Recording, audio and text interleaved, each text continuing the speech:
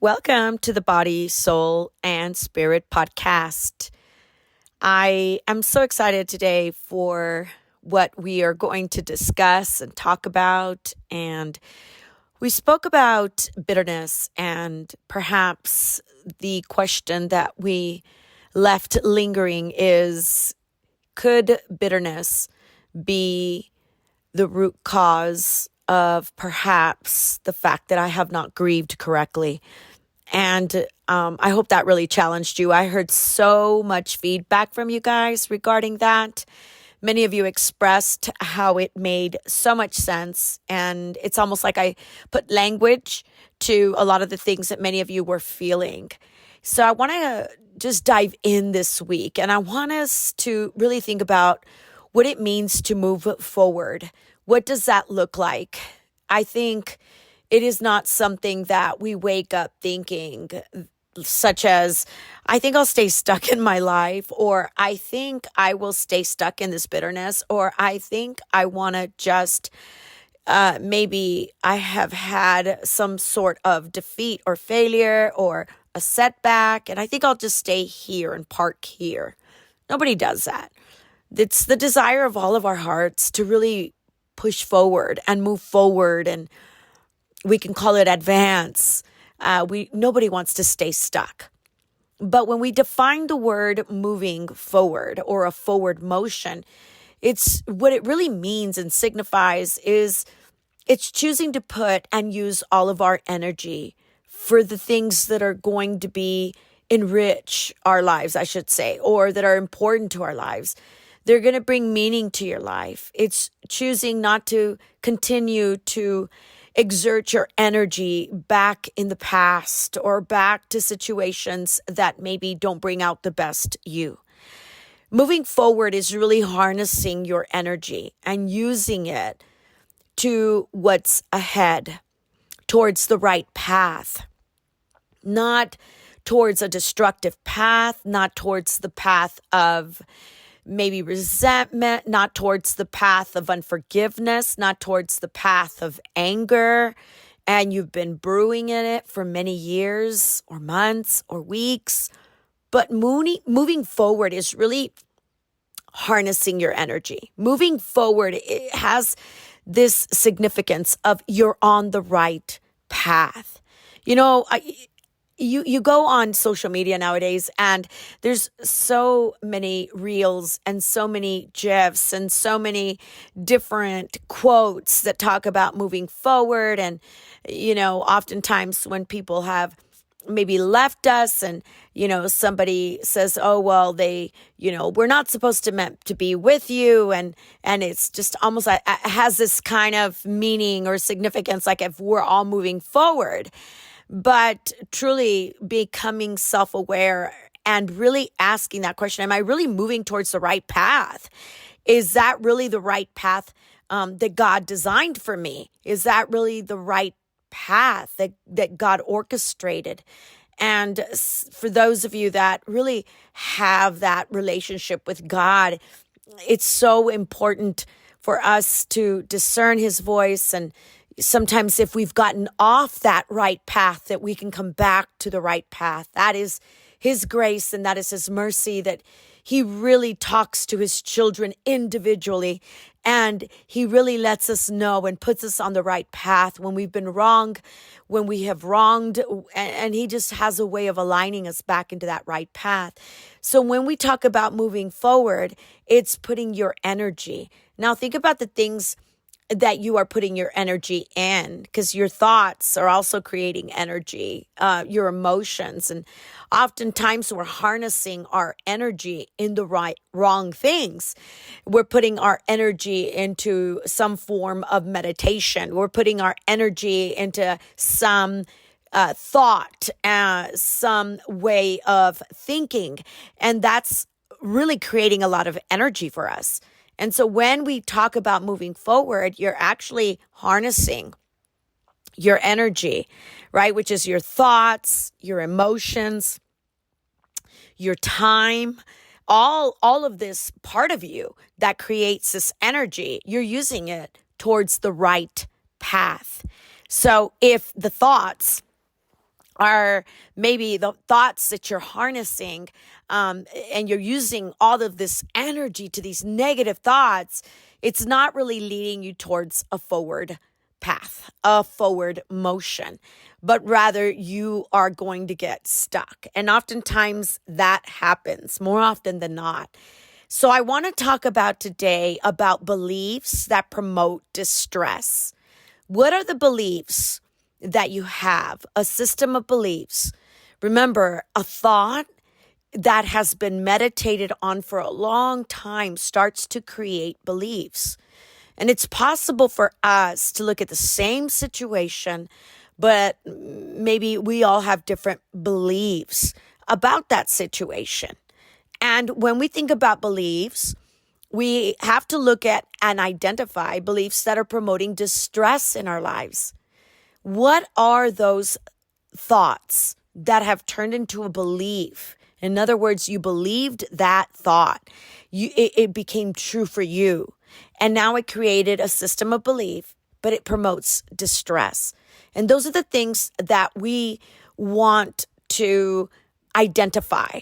Because as we identify, then neurologically, we can start to first step, be aware of it so that we can make new neurological pathways, new roads, new ways of thinking that work for me, not against me.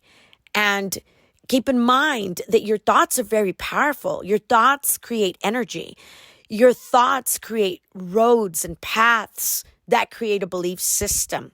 Where your mind is, that's where the man goes. So what are these beliefs that can promote distress? Well, let me give you a few. Number one, anxiety. Anxiety, these beliefs can lead us to distress. Beliefs that promote distress can be beliefs about anger, about depression, thoughts of grief and guilt and envy. Now, all of those different emotions that I just described, it's possible that these beliefs are creating distressful emotions like anxiety, anger, depression, grief, guilt, and envy. And oftentimes, without us realizing it, they were formed based on prior learning and perceptions of a situation. So you're perceiving a situation, and it creates, when you're looking at a situation, the way you view it, your perception, the way you see it, right? You form a belief, or you have this belief, and the way you see it can actually be creating a distress in your life. Like, let me give you an example. Let's say you developed a belief. Let's say you developed this belief over time. A situation happened, something that was not very pleasant, not very favorable. It was very, just an uncomfortable, a very sad situation.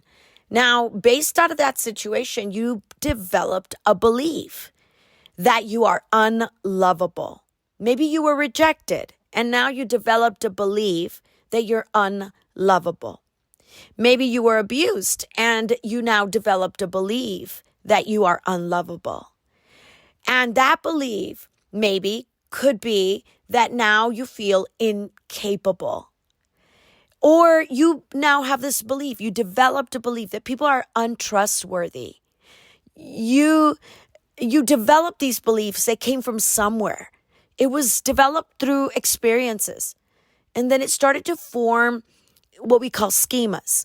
And schemas are it's like a shortcut in your brain. And it kind of helps your brain predict what's going to happen in the future and to keep you safe. So if you've been telling yourself that you are incapable and you are unlovable, then your brain will automatically say, well, then don't bother with that. Don't bother going there. Don't bother even trying, because it's going to end up bad. And that's really a really hurtful place for all of us to be, because these beliefs can actually be created and formed and developed in times or in a season that was really, really hard for you. It was a season only. Think about those words. It was just a season. It was a season. and there were lessons to be had, but did you develop a belief system?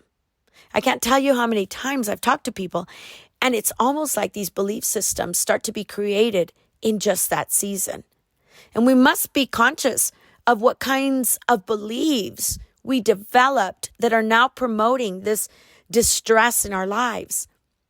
Could that anxiety or that anger or that depression or that grief, guilt, or envy, could it be a distress in your life that was created and promoted by a belief that was formed by a belief that you learned through a perception of a situation? It could very well be that you see the situation not necessarily through the right lens, but because you see it in this perspective. You see it in this way. You see it this way. And because of that, and that wrong, distorted lens, right, now develop this belief system, and now it's promoting distress in your life. Where did the guilt come from? Where did the envy come from? Why do you have that distress, this anger, this anxiety? Those distresses are coming from beliefs that have been developed over a period of time. So we can be telling ourselves things that the brain has accepted to be true, when in fact it's not. It's just that I developed this belief system based on a situation that I perceived. It doesn't necessarily mean that I'm right? And so that's why it's so important for us to identify these things, because I can't tell you how many beliefs, right? We always have to kind of be conscious of that, but I can't tell you how many beliefs we have to disrupt because we have formed a belief system. Now, if I talk about perception, that's a whole other podcast, because your perception has everything to do with your heart's condition. How many times have we seen a situation, but our heart has not been guarded, or we were vulnerable, or we were going through something really difficult, and so we see it from this lens that is distorted. And it really takes our God to come and bring clarity to that perception and allow us to see it from his lens and allow us to see it from a right perspective. Because oftentimes these beliefs were developed through experiences, and that in itself created the shortcut in the brain. And immediately that's why maybe you quit.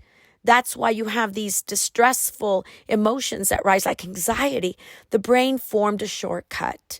And it was developed through the experiences that you have had. But that doesn't necessarily mean that these beliefs are true.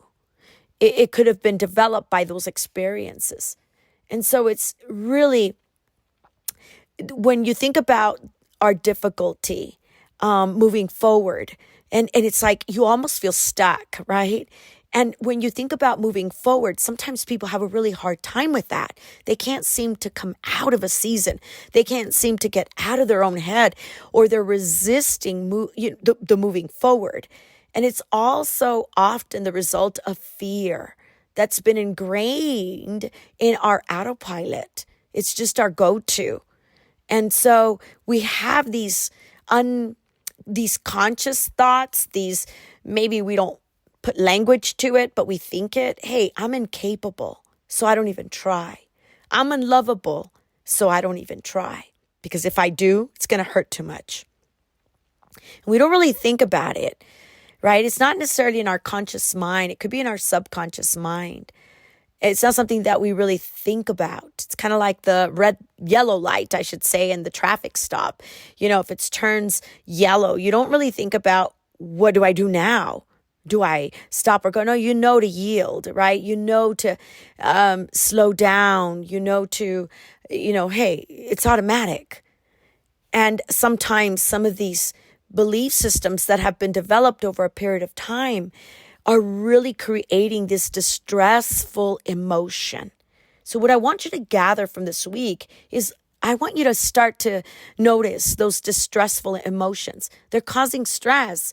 They're emotions that are not working for you. They are full of anxiety, these emotions that you're feeling, like a lot of anger and a lot of depression and sadness and grief and guilt. And you feel envious and you feel like you just are a failure. And those emotions are causing distress. And what is behind that would be a belief that you developed over a period of time. And it's that belief that you developed through an experience, right, has now created a shortcut in the brain.